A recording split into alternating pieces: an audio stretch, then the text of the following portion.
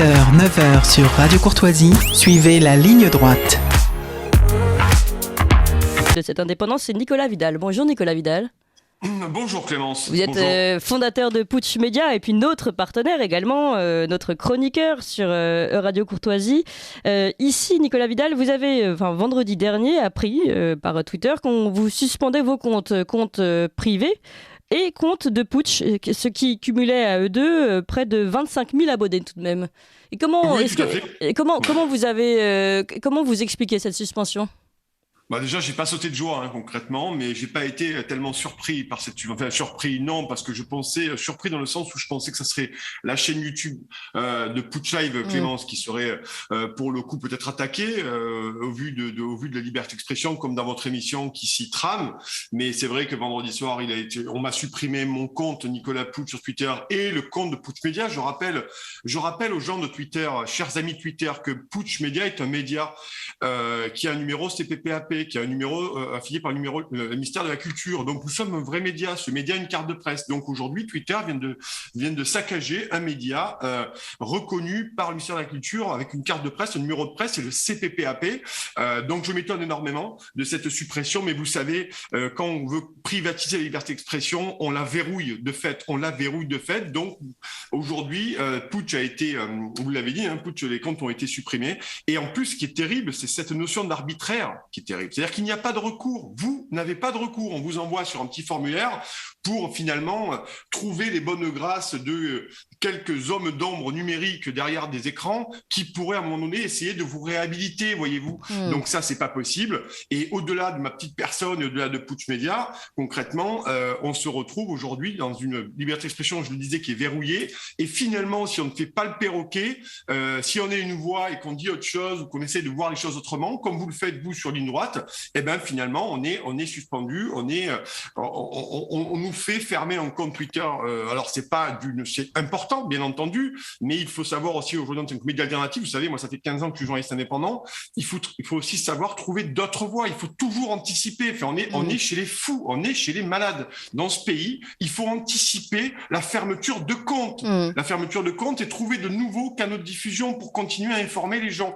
Voilà, donc je suis surpris non, parce que je connais la situation de ce pays depuis les Gilets jaunes. Aujourd'hui, ça commence à devenir de plus en plus inquiétant. Et comme de par hasard, il ne vous aurait pas échappé, chère Clémence, que le premier tour de présidentielle sont le 10 avril. Voilà, donc ceci explique peut-être cela. Mais vous savez, c'est l'empire du rien à penser, c'est-à-dire qu'on ne veut absolument pas que les gens pensent. Comme ça, ils ne peuvent pas mal penser. Donc, effectivement, toutes les voix qui peuvent s'exprimer, ou du moins, je le répète, Putsch Média, sur le compte Twitter de Putsch Média, ne nous méprenons pas, chers amis. Il n'y a que les articles qui paraissent sur Putsch. Concrètement, on est sur ce genre de tweets, donc des tweets que font tous les médias dans ce pays, donc ça devient de plus en plus inquiétant. Et donc finalement, si Putsch n'est pas un perroquet, Putsch n'a peut-être pas plus le droit, et moi-même, de pouvoir communiquer sur Twitter. Mais nous irons ailleurs, chère Clémence. Irons ailleurs. On va parler de ces autres canaux de diffusion. On peut citer d'autres médias qui sont aussi des médias amis, qui ont eux aussi subi cette suspension de compte Twitter. Boulevard Voltaire. On était avec Marc Hainaut à l'instant, qui a vécu la même chose. QG, là pour le coup, ce n'est pas un média de droite, mais lui aussi très indépendant, qui fait un très bon travail. Et le Livre Noir. Enfin, c'est vrai qu'on peut vraiment commencer à se poser des questions sur la liberté d'expression en France. On parle tous les jours de la liberté d'expression, enfin de l'absence de liberté d'expression en Russie. Mais commençons à balayer sous notre porte et devant notre porte à nous, notre porte française. Nicolas Vidal, je voudrais quand même vous demander, parce que vous me disiez, je pensais que ça commencerait par YouTube. Est-ce qu'il y a eu quelque chose quel était votre dernier article ? Quel était l'article peut-être qui a été l'article polémique ? Vous n'avez pas d'idée ? Vous savez, il y a cette petite embrouille avec un cabinet de consulting privé là à Paris. Ah oui, un tout petit cabinet qui conseille, qui fait des fiches. Alors, c'est nos amis de McKinsey, bien entendu. Donc peut-être ceci expliquant cela, mais une nouvelle fois, ce n'était qu'un article. Comme il en paraît tout le temps. Et effectivement, il y a cette idée de McKinsey. Et je vois que le gouvernement est très embêté aujourd'hui pour parler de McKinsey. D'ailleurs, je crois qu'Emmanuel Macron hier a dit qu'il fallait qu'ils aillent me chercher au pénal. C'était il y a quelques...